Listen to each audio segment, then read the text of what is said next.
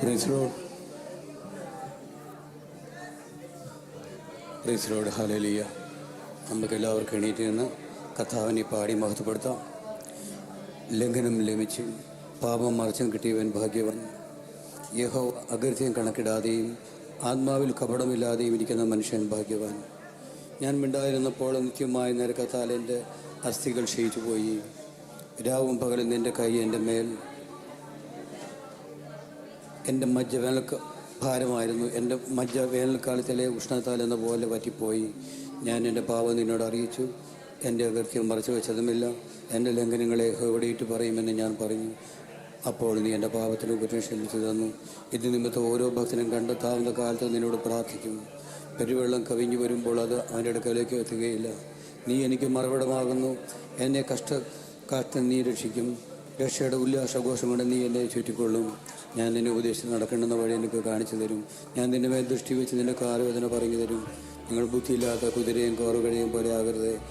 അവയുടെ ചമയങ്ങളായി കടിഞ്ഞാണ്ടും കോപ്പട്ടയും കൊണ്ട് അവയെ അടക്കി വരുന്നു, അല്ലെങ്കിൽ അവൻ്റെ കഥനമായില്ല. ദുഷ്ടന് വളരെ വേദനയുണ്ട്. യഹോവയിൽ ആശ്രയിക്കുന്നവനെയോ ദൈവം ചുറ്റിക്കൊള്ളും. നീതിമാന്മാരെ യഹോവയിൽ സന്തോഷിച്ച് ആനന്ദിക്കുവിൻ. ഹൃദയ പരമാർത്ഥങ്ങൾ എല്ലാവരുമായുള്ളവരെ ഘോഷിച്ചുല്ലസിക്കുവിൻ. Praise Lord. നമുക്കെല്ലാം എണീറ്റ് നിന്ന് കർത്താവിനെ പാടി മഹത്വപ്പെടുത്താം.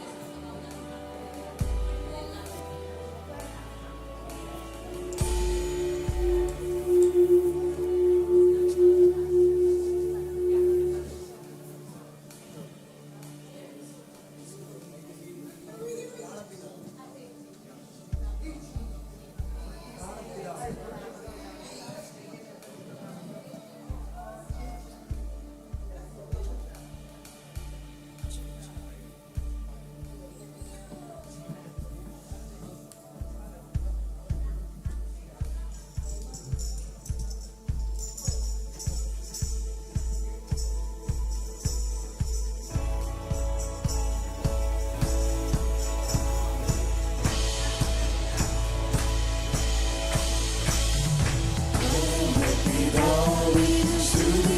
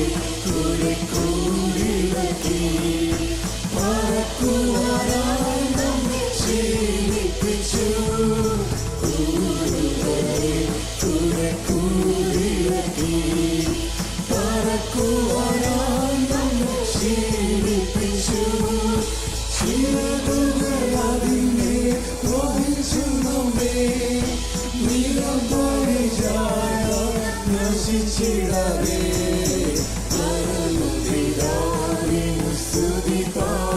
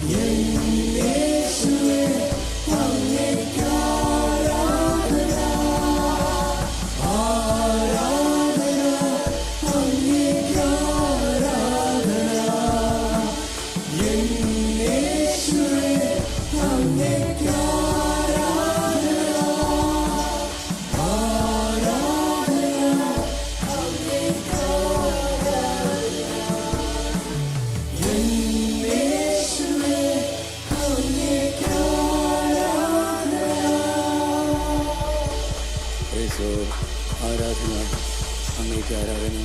എൻ്റെ യേശുവേ, ഞങ്ങൾ നിന്നെ ആരാധിക്കുന്നു. ആത്മാവിലും സത്യത്തിൽ നിന്നെ ആരാധിക്കുവാൻ വിളിച്ചു ചേർത്ത നിന്റെ ജനം ഞങ്ങളുടെ കർത്താവും നാഥൻ രക്ഷിതാവുമായ യേശു കർത്താവിൻ്റെ പരിശുദ്ധ നാമത്തിൽ നിന്ന് ചൂടി പിതാവായ ദൈവമേ നിന്നെ മഹത്വപ്പെടുത്തുന്നു. ഞങ്ങൾ തന്ന എല്ലാ നന്മയുടെ കാര്യങ്ങൾക്ക് സ്തോത്രം ചെയ്യുന്നു. പാപികളും ദൂഷികളുമായിരുന്നു ഞങ്ങളെ കർത്താവിൻ നരകശിക്ഷയ്ക്ക് യോഗ്യമായിരുന്നു ഞങ്ങളെ മക്കളും അവകാശികളുമാക്കി അങ്ങയുടെ പരിശുദ്ധ നാമത്തെ പ്രഘോഷിക്കുവാൻ ഇന്ന് നിർത്തിയിരിക്കുന്ന മഹാകൃപയ്ക്കായി നന്ദി പറയുന്നു. ഞങ്ങളെ കേൾപ്പിച്ച വചനങ്ങൾക്കായി സ്തോത്രം, പാടാൻ ഞങ്ങൾക്ക് തന്ന കൃപകൾക്കായി സ്തോത്രം. സ്വയം കൂടെ കർത്താവെ ഞങ്ങളുടെ തിരുവനന്തപുരത്ത് മുമ്പാകെയായിരിക്കുമ്പോൾ അടിയങ്ങളോട് സംസാരിച്ചുകൊണ്ടിരിക്കണമേ. തിരുനാമ സകലത്തിൽ മുഖത്ത് എടുക്കണം. യേശു ക്രിസ്തുവിന്റെ പരിശുദ്ധ നാമത്തിൽ തന്നെ.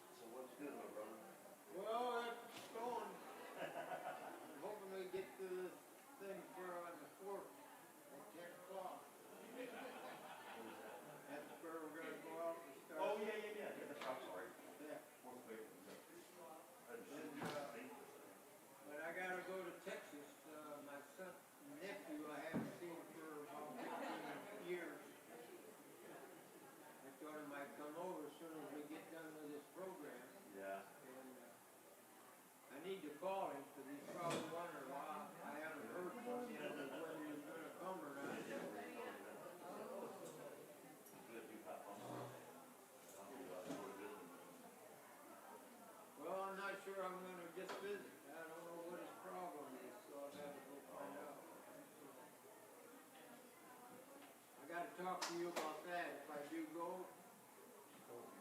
I might sign my title over to the trailer to you, and you and mine can sell it right away. I'm sorry.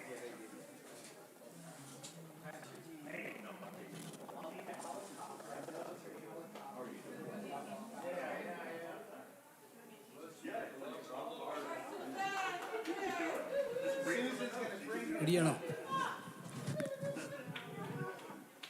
Okay, praise the Lord.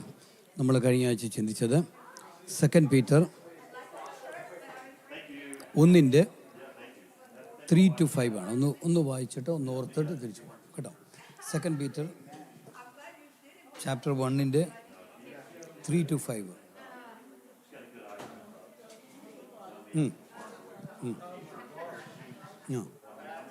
എൻ്റെ ദിവ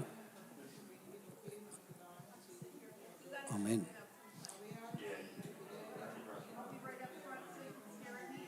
ഓക്കെ,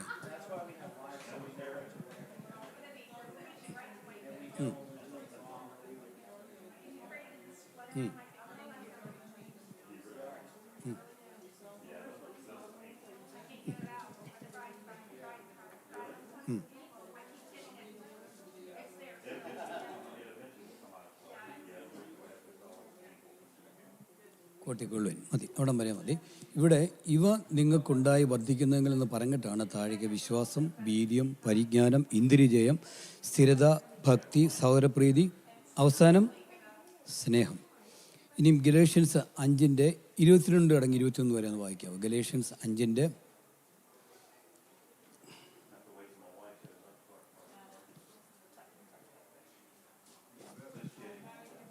ആ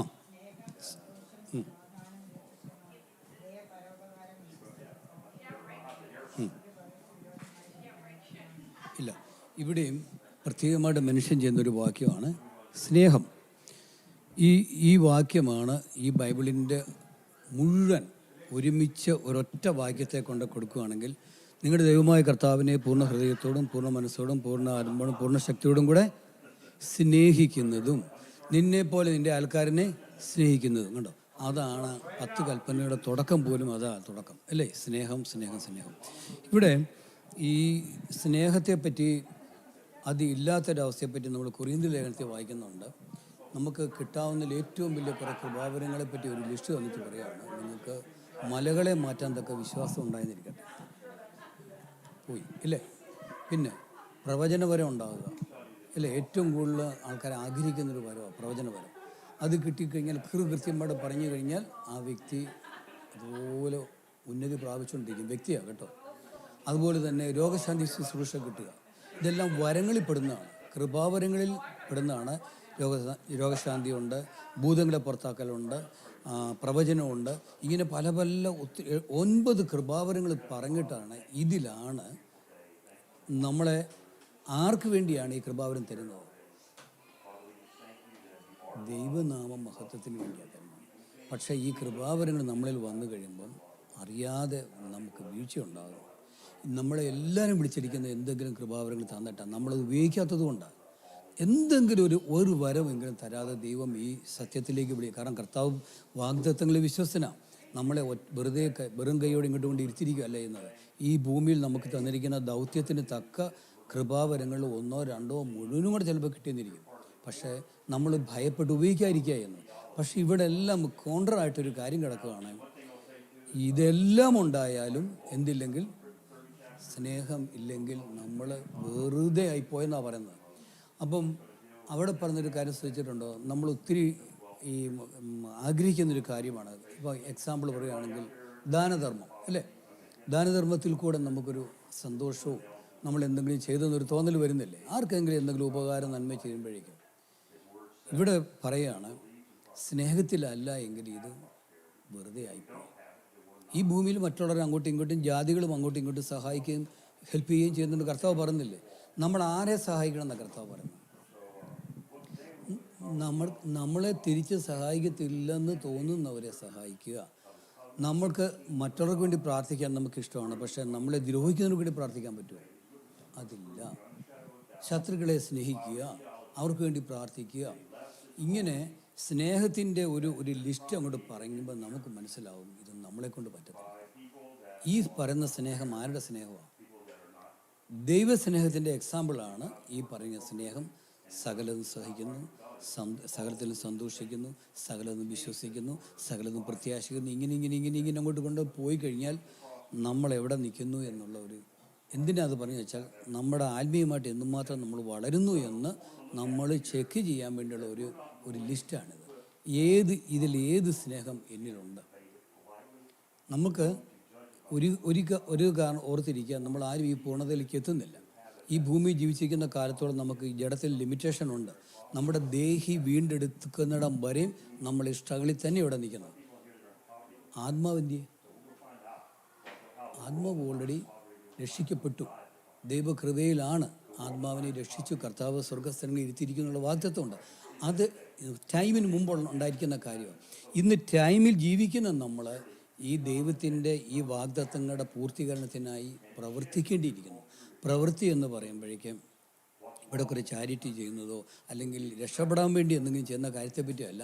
ഈ വിശ്വാസത്തിൽ ഈ ചിന്താമണ്ഡലത്തെ വിശദീകരിക്കുന്നതിന് വേണ്ടിയുള്ള ആ ഫൈറ്റിങ്ങിനാണ് പ്രവൃത്തി എന്ന് പറയുന്നത്. നമ്മൾ ഓരോ ദിവസവും നമ്മളെ സ്ട്രഗിൾ മുഴുവൻ വാസ്തവത്തിൽ ജഡത്തിലോടല്ല, ജഡത്തിന് ഓർഡർ കൊടുക്കുന്ന മൈൻഡാണ് പ്രശ്നം മുഴുവൻ ഉണ്ടാക്കുന്നത്.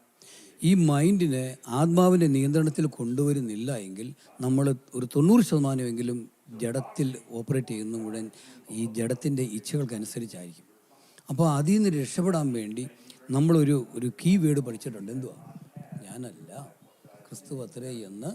അപ്പം അത് ഓൾറെഡി ആണ്. ഞാനല്ല നമ്മൾ ഓൾറെഡി മരിച്ചു, കർത്താവിൽ നമ്മൾ മറങ്ങിയിരിക്കുക. പക്ഷേ അത് ഈ ഭൂമിയിൽ നമ്മളെ തന്നെ നോക്കുമ്പോൾ നമുക്ക് ഭയമാണ്.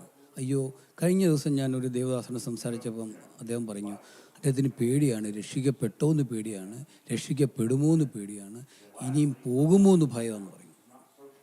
കാരണം എന്തുകൊണ്ടാണ് അങ്ങനെ ചിന്തിക്കുന്നത്? നമ്മളിലേക്ക് നോക്കുന്നു അല്ലേ? നമ്മുടെ ജഡത്തിലേക്ക് നോക്കുമ്പോൾ നമുക്ക് അസൂയയുണ്ട്, വിദ്വേഷമുണ്ട്, പകയുണ്ട്, ഗോസിപ്പുകളുണ്ട്. ഈ മറ്റു ജാതികളിൽ നിന്ന് വേറൊരു കാര്യമായ വ്യത്യാസം ഒന്നും നമ്മൾ കാണാതിരിക്കുമ്പം നമുക്കുള്ളിൽ ഭയം ഉണ്ടാകുന്നു. എങ്ങോട്ടാണ് നമ്മൾ നോക്കിയിരിക്കുന്നത്? നമ്മളിലേക്ക്. ഇതിനൊരു എക്സാമ്പിളായിട്ട് ഞാൻ നേരത്തെ പറഞ്ഞായിരുന്നു. അബ്രാഹത്തിന് വയസ്സിൽ ചെന്ന് അദ്ദേഹത്തിന് ഈ ഇസ്മായിൽ എന്ന മകനുമായിട്ടുള്ള ആൾ ഇങ്ങനെ സന്തോഷിച്ചുകൊണ്ടിരിക്കുമ്പോഴാണ് ദൈവത്തിൻ്റെ ദൂതൻ പ്രത്യക്ഷപ്പെട്ട് പറഞ്ഞത്, സാറായിൽ കൂടെ നിനക്കൊരു സന്തതി ജനിക്കും, അവനിൽ കൂടാണ് എൻ്റെ വാഗ്ദത്തങ്ങൾ നിറവേറാൻ പോകുന്നു പറഞ്ഞപ്പോഴേക്ക് സാറ പുറയിൽ നിന്ന് ചിരിച്ചു. കാരണം സാറ വയസ്സി എന്നവളായിരുന്നു. അബ്രാഹാം എന്നാ പറഞ്ഞു, ഇനിയൊന്നും വേണ്ട, ഉള്ളത് മതി, ഇവനെ അങ്ങ് അനുഗ്രഹിച്ചാൽ മതി എന്ന് പറഞ്ഞു. ഓക്കെ, ദൈവം പറഞ്ഞു, സാറയോട് ചോദിച്ചു, നീ എന്തിനാ ചിരിച്ചെന്ന് ചോദിച്ചു. അപ്പം കതകിൻ്റെ പുറകിൽ മറങ്ങി നിന്ന് ചിരിച്ചത് കണ്ടു എന്ന് കണ്ടപ്പോൾ സാറ ഭയപ്പെട്ടു. അങ്ങനെ തന്നെയായിരിക്കുന്നു, ഭയപ്പെട്ടു. ഞാൻ ചിരിച്ചില്ലെന്ന് എടുത്ത വായിൽ പറഞ്ഞു, ഇല്ല നീ ചിരിച്ചു, ദൈവത്തിന് അസാധ്യമായിട്ട് വല്ലതും ഉണ്ടോ എന്ന് ചോദിച്ചിട്ട് ഈ ഭാഗത്തേക്ക് വരുന്നത് എന്തിനാണെന്ന് പറയുന്നതെന്ന് വെച്ചാൽ, അബ്രാഹവും സാറായും സ്വന്തം ശരീരത്തിലേക്ക് നോക്കിയാൽ എന്തെങ്കിലും പ്രതീക്ഷയ്ക്ക് വകയുണ്ടോ? ഇല്ല. എന്നിട്ടും അബ്രാഹം വിശ്വാസത്താൽ ശക്തി പ്രാപിച്ചെന്നാണ് പറഞ്ഞത്. ദൈവമക്കളെ, ഇതാണ് നമ്മുടെയും ക്ലൂ. അബ്രാഹം നമുക്ക് മോഡലാക്കി വെച്ചിട്ട് കർത്താവ് പറയാണ്, നിങ്ങളുടെയും എൻ്റെയും പ്രവൃത്തിയിലേക്ക് നമ്മൾ നോക്കിക്കൊണ്ടിരുന്ന നമ്മുടെ ജീവിതകാലം മുഴുവൻ നമ്മളുണ്ടല്ലോ, രക്ഷപ്പെടുമോ എന്ന് ഭയത്തിൽ തന്നെ നമ്മുടെ ജീവിതം അവസാനിക്കും. ആത്മാവ് രക്ഷിക്കപ്പെട്ടു എന്നുള്ള ഉറപ്പുണ്ടാക്കണം. അത് ഓൾറെഡി കെട്ടപ്പെട്ട് കഴിഞ്ഞിരിക്കുക. ഇവിടെ ഈ ശരീരത്തിൻ്റെ വീക്ക്നെസ്സിൽ ഉണ്ടാകുന്ന പ്രവൃത്തികളിലേക്ക് നോക്കി നമ്മൾ ദുഃഖിച്ചും ഈ കണ്ടംനേഷൻ സ്പിരിറ്റിലും ജീവിക്കാനല്ല ദൈവം ആഗ്രഹിക്കുന്നത്. അതിന് മേൽ എനിക്ക് ജയം തന്നിട്ടുണ്ട് കർത്താവ്. ഇവ നിങ്ങൾക്കുണ്ടായി വർദ്ധിക്കുന്നു പറഞ്ഞിട്ട് പറയാം, അവൻ്റെ ദിവ്യശക്തി എന്തൊക്കെയാണ് തന്നിരിക്കുന്നത്? അതിൻ്റെ 3:5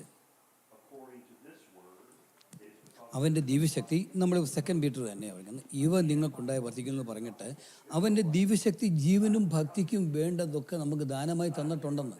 ഈ ലോകത്ത് നമ്മൾ ഫൈറ്റ് ചെയ്യുന്ന, വേദനിക്കുന്ന, അയ്യോ എനിക്ക് വീഴ്ച പറ്റി പോയല്ലോ എന്നുള്ള ആ ചിന്തകളിൽ നിന്ന് നമ്മളെ ക്രിസ്തുവിൽ പുറത്തേക്ക് എടുത്തിട്ട് പറയുകയാണ്, അതിധൈര്യമായിട്ട് കൃപാസനത്തോളം അടുത്ത് വരാൻ.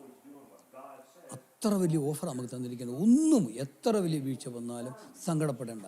അപ്പോൾ ആ വ്യക്തി എന്നോട് ചില ആൾക്കാരുടെ കാര്യങ്ങൾ ചോദിച്ചിട്ട് പറഞ്ഞു, കുറേ ആൾക്കാരുടെ പേര് ഞാനിവിടെ പറയുന്നില്ല, പ്രോമിനൻ്റ് ആയിട്ടുള്ള പെന്തക്കോസ്ത് പാസ്റ്റർമാരുടെയും അതുപോലെ തന്നെ വീഴ്ചയിൽ പോയി എല്ലാം എൻ്റെ ചെയ്ത ആൾക്കാരുടെ കുറേ കാര്യങ്ങൾ, അവരൊക്കെ ലോകത്തിൽ ഒത്തിരി നാൾ കർത്താവിന് വേണ്ടി സേവനം ചെയ്തു തരാം.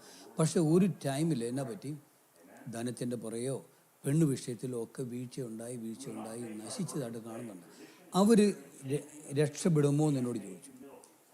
ഞാൻ പറഞ്ഞു, അവരുടെ രക്ഷയെപ്പറ്റി യേസോ നോ പറയാൻ നമുക്ക് മനുഷ്യ ദൈവം അധികാരം തന്നിട്ടില്ല. പക്ഷെ ഞാൻ പറഞ്ഞു, ഒരു റെഫറൻസ് ഞാൻ പറയാം, അതെടുത്ത് നോക്കാൻ പറഞ്ഞു. നിങ്ങൾക്കും അത് ഹെൽപ്പ് ചെയ്യാൻ ഞാൻ വിചാരിക്കുന്നു. 1 കൊറിന്ത്യൻസ് 5:1 തുടങ്ങി 5 വരെ. ഇവിടെ രക്ഷ നഷ്ടപ്പെടുമോ അതോ നഷ്ടപ്പെടത്തില്ല, ഇങ്ങനെ പല വാദഗതികൾ ഉള്ളതുകൊണ്ട് ഞാൻ പറയുകയാണ്, നമ്മൾ അതിലേക്ക് തിരിയരുത്. അത് നമുക്ക് ശുഭകരമല്ല. അത് ഫിലോസഫിക്ക് ആൾക്കാർക്ക് നടക്കട്ടെ. നമുക്കുള്ളത് എന്നാ അറിയാവോ? കർത്താവ് തന്നിരിക്കുന്ന പ്രോമിസിലും വാഗ്ദത്തങ്ങളിലും ഉറച്ച് വിശ്വസിച്ച് ഞാൻ രക്ഷപ്പെടുമെന്ന് ഓരോരുത്തരും വിശ്വസിക്കണം. മറ്റൊരാൾ പാപത്തിൽ ജീവിച്ച ഒരു പാസ്റ്ററോ നശിച്ചു പോയ ഏതെങ്കിലും പാസ്റ്റർമാരുടെ ഹിസ്റ്ററി എടുത്ത് വെച്ചിട്ട് അവർ രക്ഷപ്പെടുമെന്ന് ചിന്തിക്കുന്നതിന് മുമ്പ് ഇതൊന്ന് വായിച്ചു നോക്കാം. 1 കൊരിന്ത്യർ 5:1 തുടങ്ങി 5. ഇത് ആരോടാ പറയുന്നറിയാവോ? വളരെ ശ്രേഷ്ഠമായ ഒരു സഭയോടാണ് പറയുന്നത്. അതിനകത്തിരിക്കുന്ന ഒരു ഭക്തനായ അല്ലെങ്കിൽ വിശ്വാസിയുടെ കാര്യമാണ്, ബോൺ അഗെയിനാണ്, ആ വ്യക്തിയെ പറ്റി പറയാണ്. ഓക്കെ,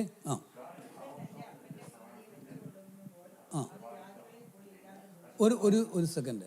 ജാതികൾക്കിടയിൽ പോലും ഇല്ലാത്തൊരു വലിയൊരു ദുർനടപ്പാണ് ഇപ്പം ഫസ്റ്റ് കൊരിന്ത്യനകത്ത് ഈ സഭയ്ക്കകത്ത് നടക്കുന്നതായിട്ട് പൗലോസിലെ അറിഞ്ഞു. പൗലോസിയെ വളരെ വേദനയോടെ ഈ കാര്യം അറിഞ്ഞിട്ട് ആ സഭയോട് സംസാരിക്കുകയാണ്. സഭയ്ക്കകത്ത് ആളുണ്ട് കേട്ടോ, ഓക്കെ, എന്നിട്ട് നിങ്ങൾ തീർച്ചിരിക്കുന്നു. അതായത് നമ്മൾ ഗ്രേറ്റ് സഭയാണ്, മറ്റതാണ് മറിച്ചാണ്, നമ്മൾക്ക് അത്ഭുതങ്ങൾ നടക്കുന്നു, അടയാളങ്ങൾ നടക്കുന്നു ഒക്കെ പറയാം. Okay, go head. കണ്ടോ, അടുത്ത കാര്യം ചെയ്യണം. നിങ്ങളുടെ ഇടയിൽ നിന്ന് ഈ ദുഷ്കർമ്മം ചെയ്തവനെ നിങ്ങൾ വെച്ചുകൊണ്ടിരിക്കുക. എന്നറിയാവോ എന്തുകൊണ്ടായിരിക്കും? പൈസ ഏറ്റവും കൂടുതൽ ഒരുപക്ഷെ കൊടുക്കുന്ന ആളായിരിക്കാം. ആ സഭയ്ക്ക് അത് വിട്ടുകൊടുക്കുക. എന്ത് കാരണമായാലും, അല്ലെങ്കിൽ അയാൾ സമൂഹത്തിൽ വലിയ അറിയപ്പെട്ട പ്രോമിനൻ്റ് വ്യക്തിയായിരിക്കാം. എന്താണെങ്കിലും സഭ അയാളെ സേഫായിട്ട് വെച്ചുകൊണ്ടിരിപ്പുണ്ട്. ഓക്കെ,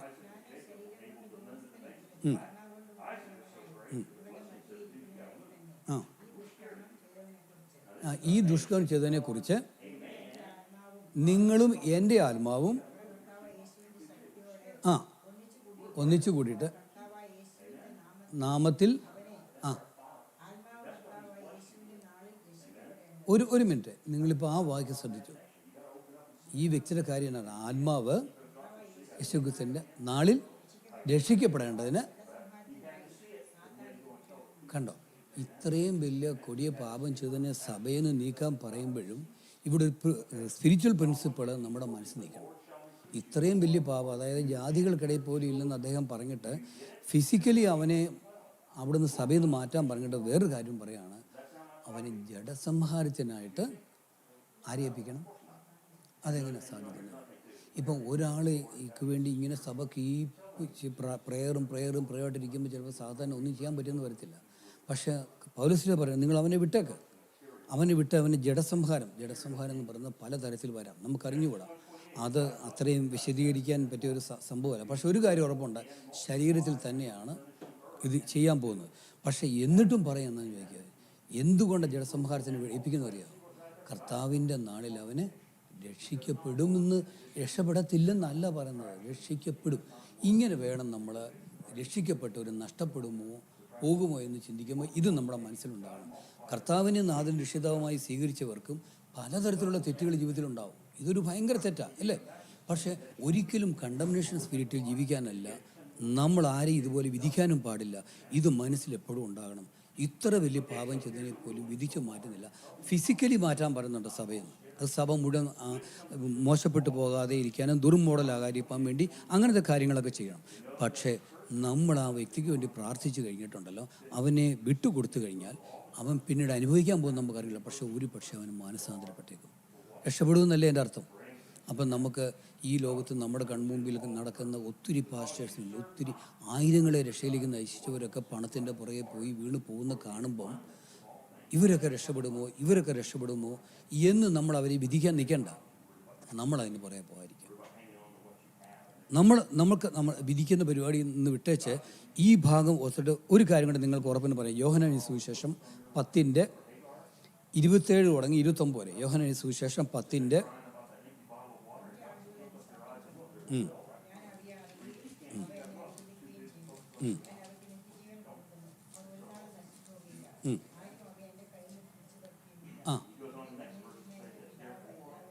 കണ്ടോ, ഇവിടെ പറയാണ്, എൻ്റെ കയ്യിൽ തന്നിരിക്കുന്ന ആടുകളെ ഒരു കാലത്തും സാത്താനെ പിടിച്ചു പറിക്കാൻ പറ്റത്തില്ല, കാരണം അവ എനിക്ക് തന്ന പിതാവ്. അപ്പം നമ്മളെ എല്ലാം ആരുടെ കയ്യിലാണ് ഏൽപ്പിച്ചിരിക്കുന്നത്? യേശുവിൻ്റെ കയ്യിലല്ലേ? ഉറപ്പല്ലേ? അപ്പം നമ്മുടെ ജീവിതത്തിൽ വന്നു പോകുന്ന വീഴ്ചകൾ ഓർത്ത് സാത്താൻ്റെ കയ്യിലാണെന്നോ രക്ഷപ്പെടത്തില്ലെന്നോ കർത്താവിൻ്റെ കാഹളനാദം കേൾക്കുമ്പോൾ ഞാൻ പോകുമോ എന്നൊന്നും അല്ല പേടിക്കേണ്ടത്.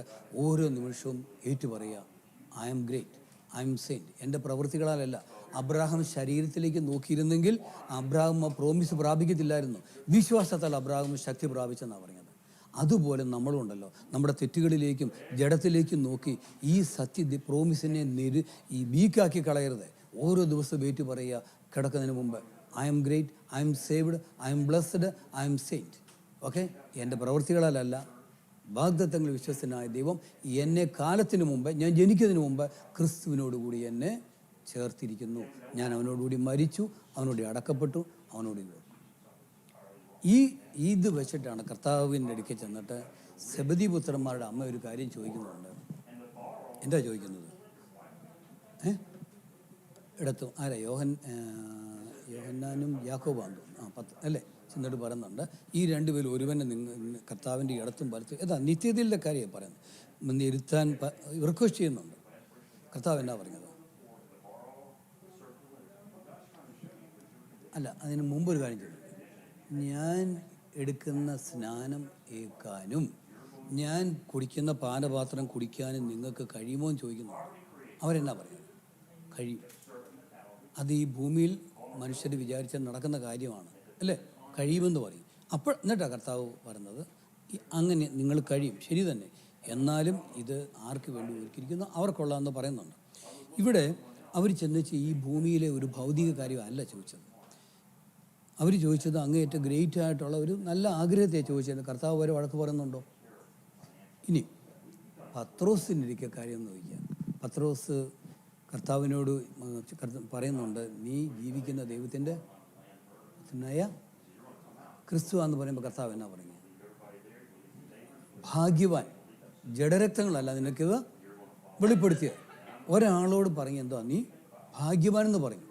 കാരണം അത്ര വലിയ ഗ്രേറ്റ് റെവലേഷനാണ് കിട്ടിയിരിക്കുന്നത്, അല്ലേ?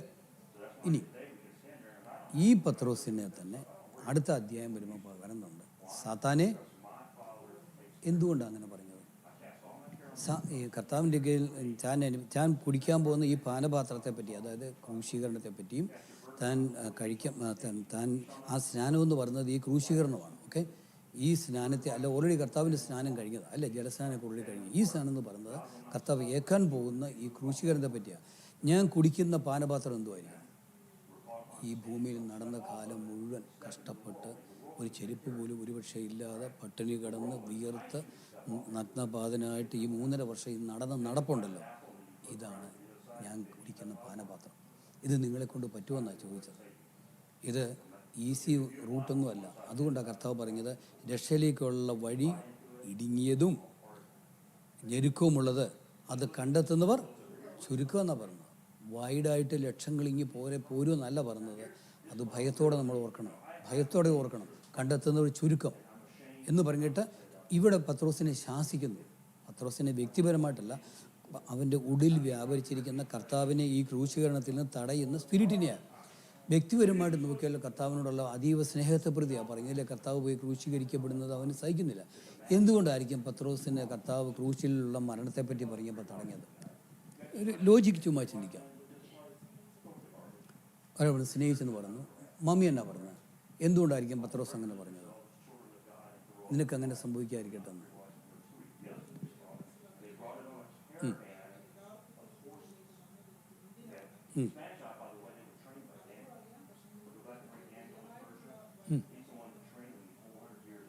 ജോസഫിന് എന്നാ പറഞ്ഞത്? എന്തുകൊണ്ടായിരിക്കും പത്രോസ്? നമ്മൾ ബൈബിൾ സ്റ്റഡി ആയതുകൊണ്ടോ കേട്ടോ, നമ്മൾ പഠിക്കുക എല്ലാവരും ഒരുമിച്ച്. എന്തുകൊണ്ടാണ് പത്രോസ് അങ്ങനെ പറഞ്ഞത്? അയ്യോ അങ്ങനെ സംഭവിക്കരുത് എന്ന് പറഞ്ഞത്?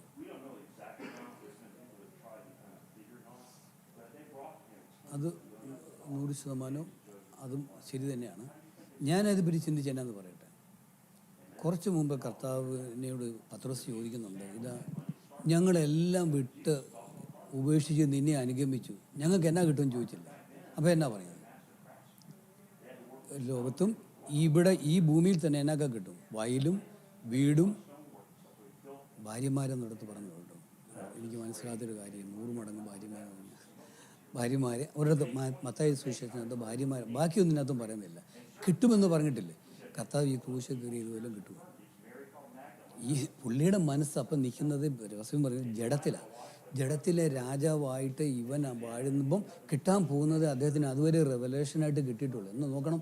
തൊട്ടു മുമ്പ് അധ്യായത്തിൽ പറഞ്ഞത് ആരാന്നാ പറഞ്ഞത്?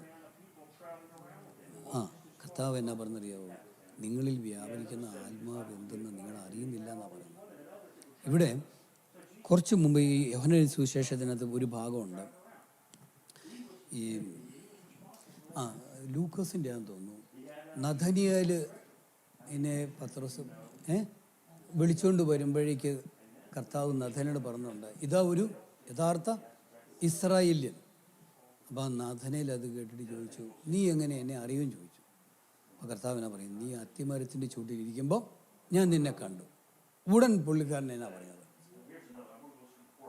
നീ ജീവനുള്ള ദൈവത്തിൻ്റെ ക്രിസ്തു. വളരെ ഗ്രേറ്റ് ആയിട്ടുള്ള ഒരു കമൻറ്റാണ് പറഞ്ഞത്. അപ്പോൾ കർത്താവ് എന്നെ പറഞ്ഞു, ഞാൻ ഇത് അത്യമരത്തിന് ചോട്ടിരിക്കുന്നു പറഞ്ഞതുകൊണ്ടാണോ അല്ലേ നീ ഇതിങ്ങനെ പറയും? നീ ഇതിനേക്കാളൊക്കെ ഗ്രേറ്റ് കാണാൻ പോകുന്നു. ഇനി വേറൊരു യോഹന്നാൻ സുവിശേഷത്തിൽ ശമരിയാക്കാരി സ്ത്രീ വെള്ളം കോരാൻ വരുന്നു. ആ സ്ത്രീയോട് ആ സ്ത്രീ കർത്താവിനെ ശമരിയയിൽ മുഴുവൻ പോയി പ്രഘോഷിച്ചു.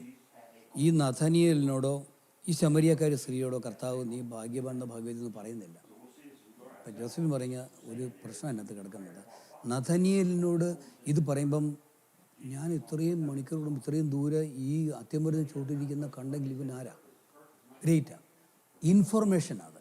ആ ഇൻഫർമേഷൻ്റെ ബേസിലാണ് കർത്താവിൻ്റെ ഗ്രേറ്റ്നെസ്സിനെ പറ്റി പറയുന്നത്. ജഡമാണ്. ഈ ശമരിയക്കാരി സ്ത്രീയും ഗ്രാജുവലി സ്റ്റെപ്പ് ബൈ സ്റ്റെപ്പായിട്ടാണ് കർത്താവിനെ ആദ്യം പറയുന്നത്, നീ നല്ല മനുഷ്യനെന്ന് പറയുന്നുണ്ട്, ഇങ്ങനെ പറഞ്ഞു ഇതിൻ്റെ ഇടയ്ക്ക് പിന്നെ പ്രോഫറ്റ് എന്ന് പറഞ്ഞു, അവസാനം ഇങ്ങനെ പറയുന്നുണ്ട് ഒരു പക്ഷേ അവൻ ക്രിസ്തു ആയിരിക്കുമോ എന്ന്.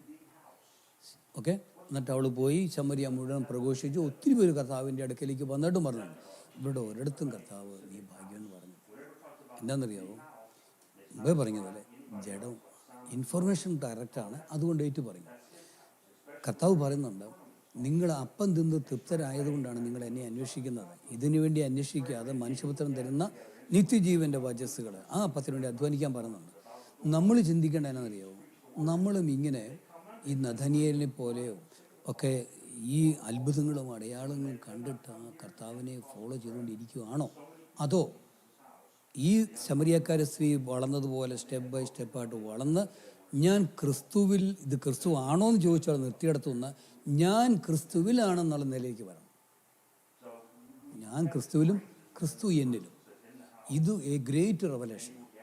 ഇതാ കർത്താവ് പറയും, നിങ്ങൾ ഇനിയും പാല് കുടിച്ച് ഇങ്ങനെ ഇരിക്കേണ്ട സമയം കഴിഞ്ഞു.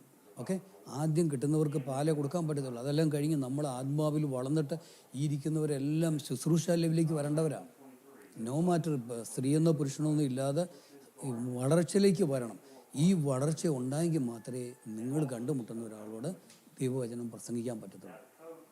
എടുത്ത വായിലെ ഒരാളോട് ഈ കട്ടി വചനമൊന്നും അല്ല പറയേണ്ടത്. അവർക്ക് എന്നാ കൊടുക്കേണ്ടത്? പാലാണ് കൊടുക്കേണ്ടത്. കർത്താവ് നിന്നെ സ്നേഹിക്കുന്നു. ഓക്കെ, നിൻ്റെ പാപങ്ങൾക്ക് നീ വിശ്വസിച്ചാൽ നീ രക്ഷിക്കപ്പെടും.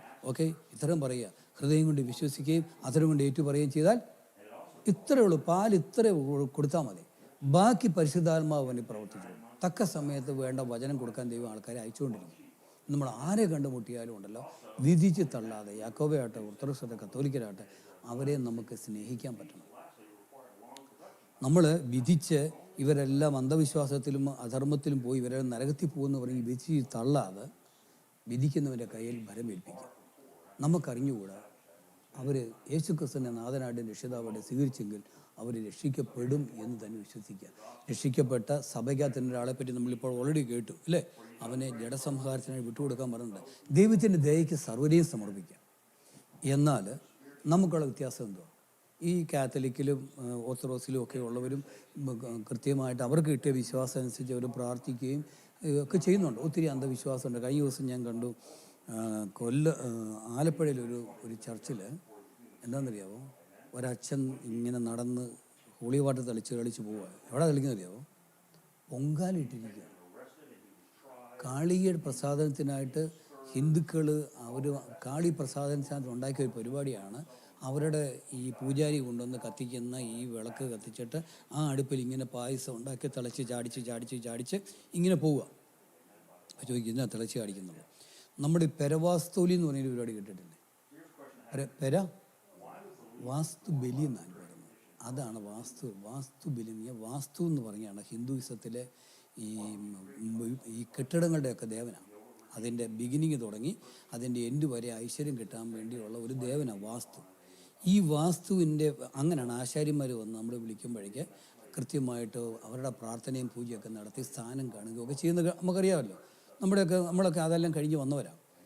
ഈ വാസ്തു എന്ന് പറയുന്ന ദേവന് വീടിൻ്റെ ഉദ്ഘാടനം പരവാസ്തൂരി എന്ന് പറയുന്ന ദിവസം ആദ്യം ചെയ്യുന്ന എന്തോ പാല് കാച്ചിയാൽ മാത്രം പോരാ, തിളച്ച് അടുപ്പി ചാടണം. ഈ ചാടുന്ന ആരെക്കൊള്ളാമെന്നറിയാമോ? ഈ വാസ്തുവിന് ഇയാൾക്കൊള്ളാം.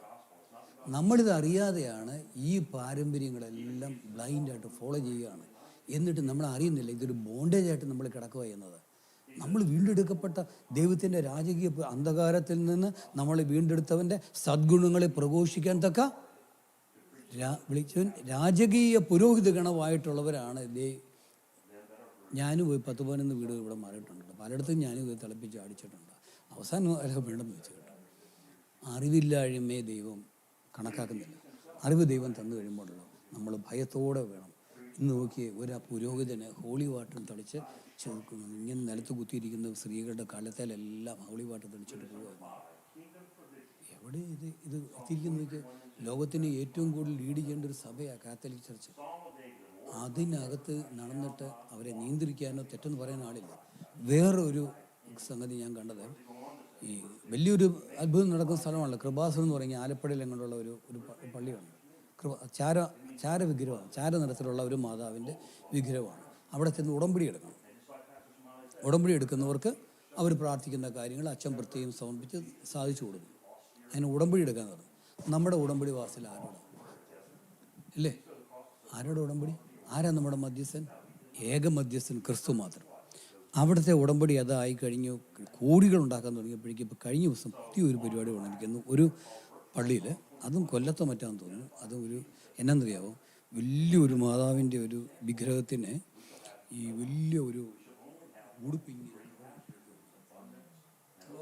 വലിയ അടിവശം വലിയൊരു, അതിൻ്റെ അകം ബ്ലൂ കളർ, ലോകയുടെ പുറത്ത് വശം കറുത്തോ മറ്റാ.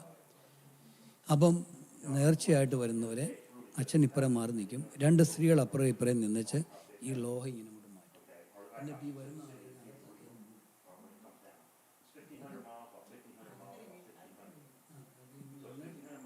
നമസ്കരിച്ചിട്ട്, അതന്നെയല്ല, വിഗ്രഹത്തെ നമസ്കരിച്ചിട്ട് എണീറ്റ് പോയി നേർച്ചയിട്ടിട്ട് പോകും.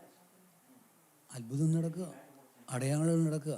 നമ്മളോട് കർത്താവ് ഈ ഇതിനകത്ത് ആവർത്തന പുസ്തകത്തിൽ പറയുന്നുണ്ട്, നിങ്ങൾ അറിയാത്ത ഒരു ദേവനെയോ ദേവിയോ ചെന്ന് നമസ്കരിക്കുക എന്ന് പറയുകയും അവർ പ്രോമിസ് ചെയ്ത അത്ഭുതങ്ങളും അടയാളങ്ങളും നടക്കുകയും ചെയ്താലും നിങ്ങൾ അവരെ വിശ്വസിക്കരുത് എന്ന് പറയുന്നുണ്ട്. അടയാളം നടക്കുന്നുണ്ട്.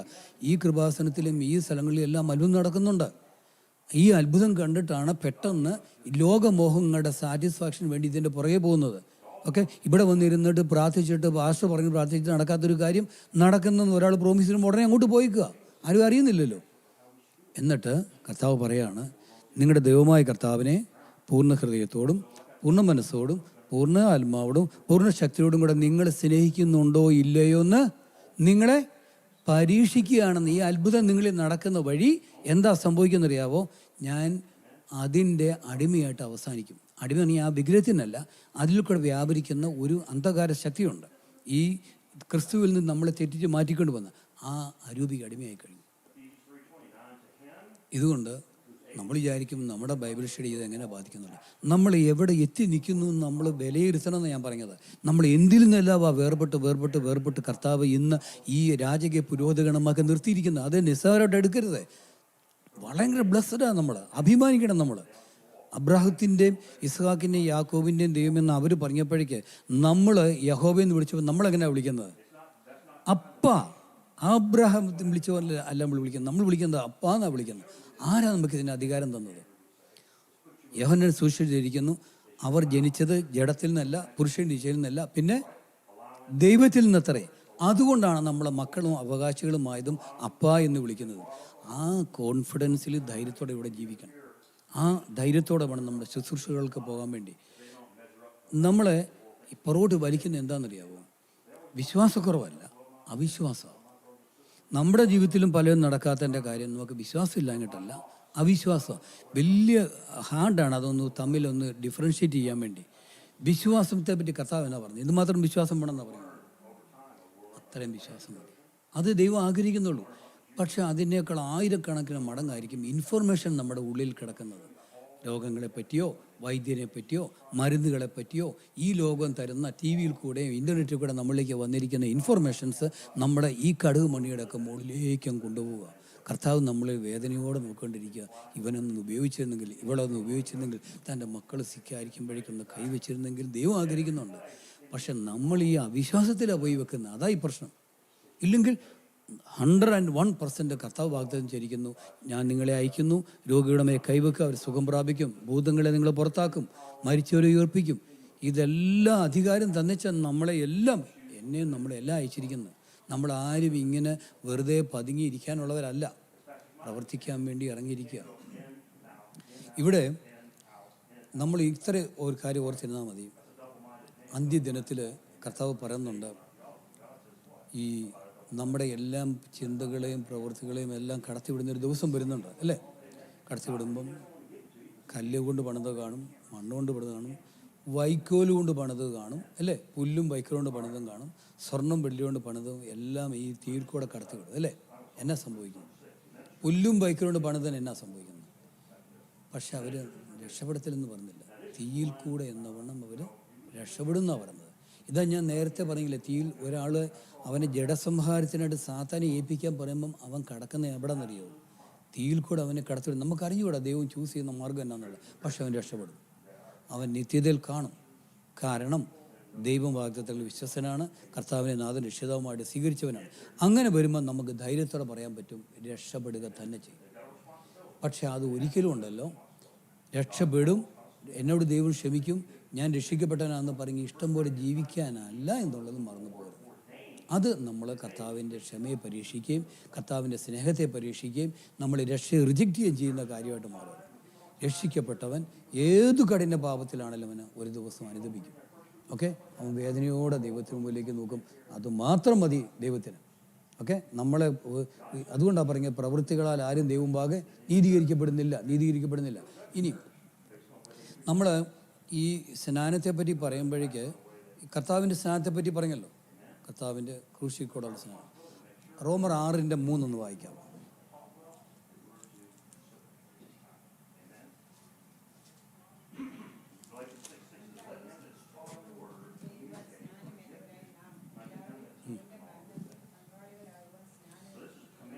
ഒരു മിനിറ്റ്, നമ്മൾ സ്നാനം ഏറ്റിരിക്കുന്നത് എന്തിനാന്നാ പറഞ്ഞത്? അവൻ്റെ മരണത്തിൽ പങ്കെടുക്കും. ഞാൻ സ്നാനം ഏറ്റപ്പോഴൊന്നും എനിക്കറിയത്തില്ല കേട്ടോ.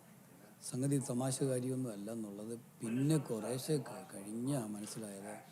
സ്നാനം ഏറ്റു, രക്ഷിക്കപ്പെട്ടു, ഇനി എങ്ങനെയൊരു അന്യഭാഷയോടെ കിട്ടിക്കഴിഞ്ഞാൽ സേഫ് എന്നുള്ള നിലയിൽ നിന്ന് ഇവിടെ വ്യക്തമായിട്ട് പറയും നമ്മളോട്, അവൻ്റെ മരണത്തിൻ്റെ പങ്കാളിത്തമാണ് നമ്മൾ ചോദിച്ച് വാങ്ങിച്ചത്. അന്ന് അറിയത്തില്ലെങ്കിൽ ഇന്ന് മനസ്സിലാക്കുക, അവൻ്റെ മരണത്തിൻ്റെ പങ്കാളിത്തം. ഇവിടെ നമുക്ക് ഒരു കാര്യം ഞാൻ, നമുക്ക് തെറ്റിപ്പോകുന്ന ഒരു ഏരിയ ഞാൻ നിങ്ങളൊക്കെ ഒരു എക്സാമ്പിളായിട്ട് പറഞ്ഞുതരാം. ഒരു സാക്ഷ്യം, ഞാൻ വന്ന് സാക്ഷ്യം പറയാൻ കേട്ടോ, ഒരു നിങ്ങളുടെ ഓർമ്മയ്ക്ക് മാത്രമാണെന്ന് വിചാരിച്ചു കേട്ടോ, ഒരു ഇൻഫർമേഷന് വേണ്ടി മാത്രം. ഞാൻ എൻ്റെ ജോലി സ്ഥലത്തോ അല്ലെങ്കിൽ എവിടെയെങ്കിലെയോ എനിക്കൊരു കള്ളത്തരം കാണിക്കാനുള്ളൊരു അവസരം ഉണ്ടാകും. ഓക്കെ, ചെറിയൊരു കള്ളത്തരം കാണിച്ചാൽ, എല്ലാവരും ചെയ്യുന്ന കള്ളത്തരം കേട്ടോ, ചെറിയൊരു കള്ളത്തരം കാണിക്കുകയാണെങ്കിൽ എനിക്കൊരു $10,000 ലാഭം കിട്ടും. ജോലി സ്ഥലത്താകാം, ടാക്സ് റിട്ടേൺ ആകിൻ്റെ ആകാം, അല്ലെങ്കിൽ എന്തെങ്കിലും തരത്തിലുള്ളൊരു കപടതയ ജീവിതത്തിലെ തട്ടിപ്പ് ഞാൻ കാണിച്ചു കഴിഞ്ഞാൽ, വിശ്വാസിയാണ് കേട്ടോ, കാണിച്ചു കഴിഞ്ഞാൽ എനിക്ക് ഒരു ഭയങ്കരമായിട്ട് എല്ലാവരും ചെയ്യുന്നൊരു കാര്യമല്ലേ, ദൈവം എല്ലാം ക്ഷമിക്കുമല്ലോ എന്നൊക്കെ വിശ്വസിച്ച് ഞാൻ അത് ചെയ്യാൻ ഒക്കെ ഇങ്ങനെ അടുത്ത് വന്നെങ്കിലും ഞാൻ വലിയ അധികം വേണ്ടാന്ന് വെച്ചു. ഓക്കെ, അതെ. എന്നിട്ട് ചർച്ചിൽ ഞാൻ വന്നിട്ട് ഞാൻ സാക്ഷ്യം പറയുകയാണ്. ചില വൈബ്രേഷനൊക്കെ വേണം പറയാം. കർത്താവ് എനിക്ക് വലിയ കാര്യം ചെയ്തു, ഞാൻ ഭയങ്കര പോരാട്ടത്തിൽ കൂടെ കടന്നുപോയി. എന്ത് പോരാട്ടമായിരുന്നു ഇതുപോലെ, അങ്ങനെയൊക്കെ പറഞ്ഞെങ്കിൽ ഇതിനൊരു ഇംപ്രഷൻ കിട്ടത്തുള്ളൂ കേട്ടോ. ഭയങ്കര പോരാട്ടത്തിൽ കൂടെ ഞാൻ കടന്നുപോയി. ഇന്നലെ ജോലി സ്ഥലത്ത് ഭയങ്കര പോരാട്ടമായിരുന്നു. ദൈവമക്കളെ, ദൈവം കർത്താവിനെ രക്ഷിച്ചു. എന്തുവാണ് ഇതുപോലെ ഇങ്ങനൊരു നല്ല ചാൻസ് ഉണ്ടായിരുന്നു, ഞാൻ അതിനെ അതിജീവിച്ചു. ഇതാ ഞാൻ നിങ്ങളുടെ മുമ്പാകെ വീഹിക്കുന്നു. സഭ മുഴുവൻ എന്നാ പറയും? ഹല്ലേലൂയ എന്ന് എല്ലാവരും ഏറ്റു പറയുന്നുണ്ട്. ഇതിനകത്ത് വല്ല കുഴപ്പമുണ്ടോ? ഈ സാക്ഷ്യത്തിന് വല്ല കുഴപ്പമുണ്ടോ? എന്നാ പറ, നീ നിൽക്ക, എന്താ ടോണി പറ, അല്ലേ ജോസഫും പറ, എന്നാ കുഴപ്പം? കുഴപ്പമുണ്ടെങ്കിൽ, ഉണ്ടെന്ന് നിങ്ങൾക്ക് തോന്നുമെങ്കിൽ അകത്തപ്പെടുക. ഓക്കെ, ടോണി എന്നാ പറയുന്നത്?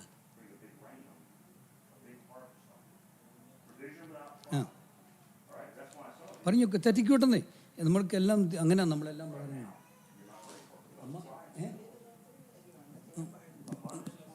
ഉം.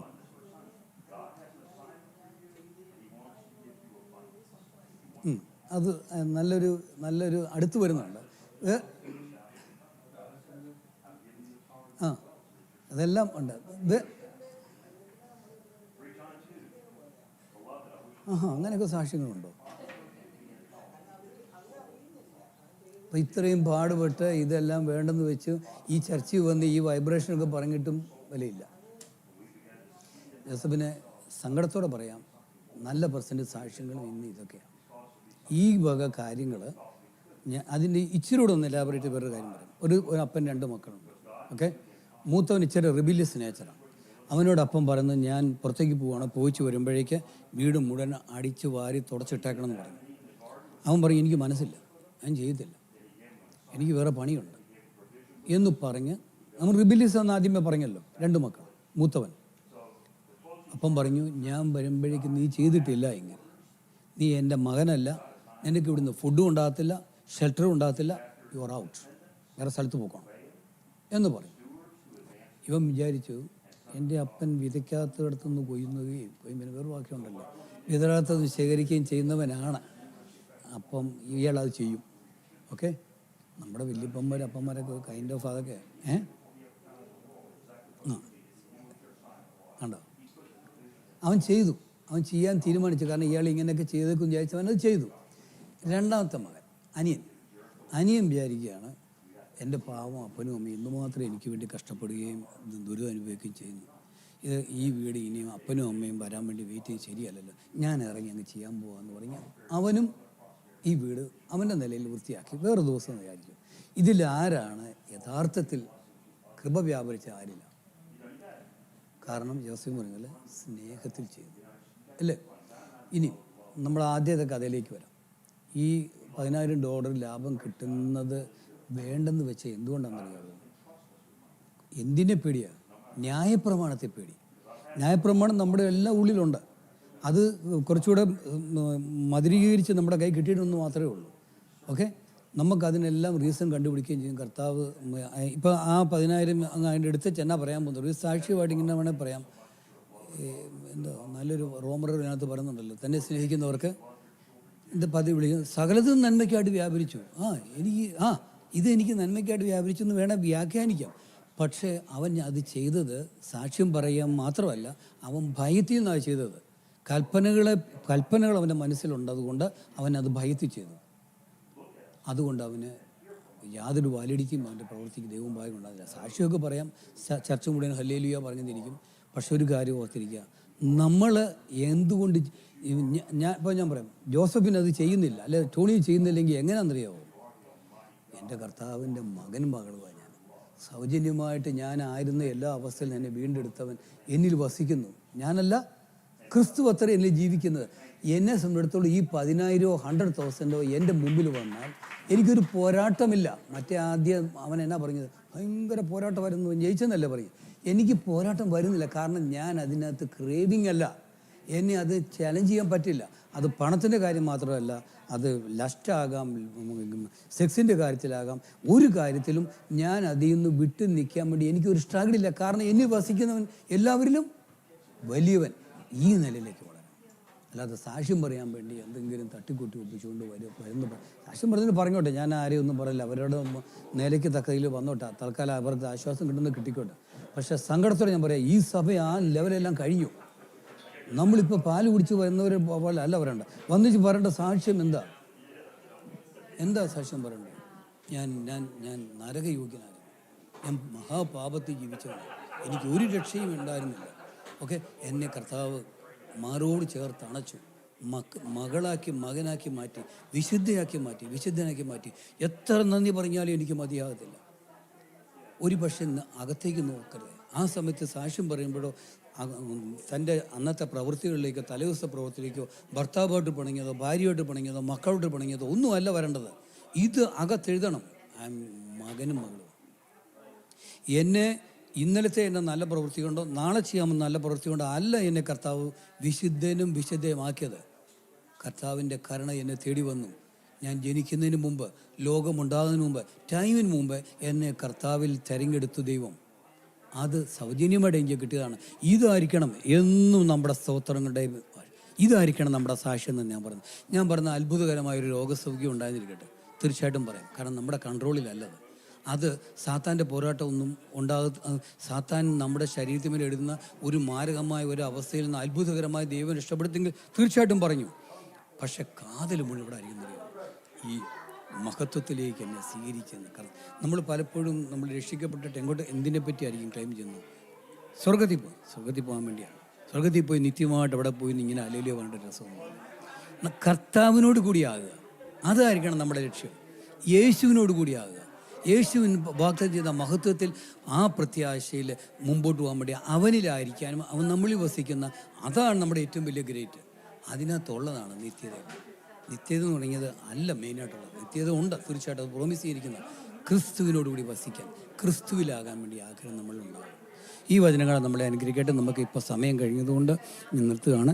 നമുക്ക് ദൈവം അനുവദിക്കുകയാണ് ഇതിൻ്റെ ബാക്കി അടുത്ത ആഴ്ച എടുക്കാം. നിങ്ങൾക്ക് എന്തെങ്കിലും സംശയം ഉണ്ടെങ്കിൽ നേരിട്ട് എന്നോട് ചോദിക്കണം. തീർച്ചയായിട്ടും ഞാൻ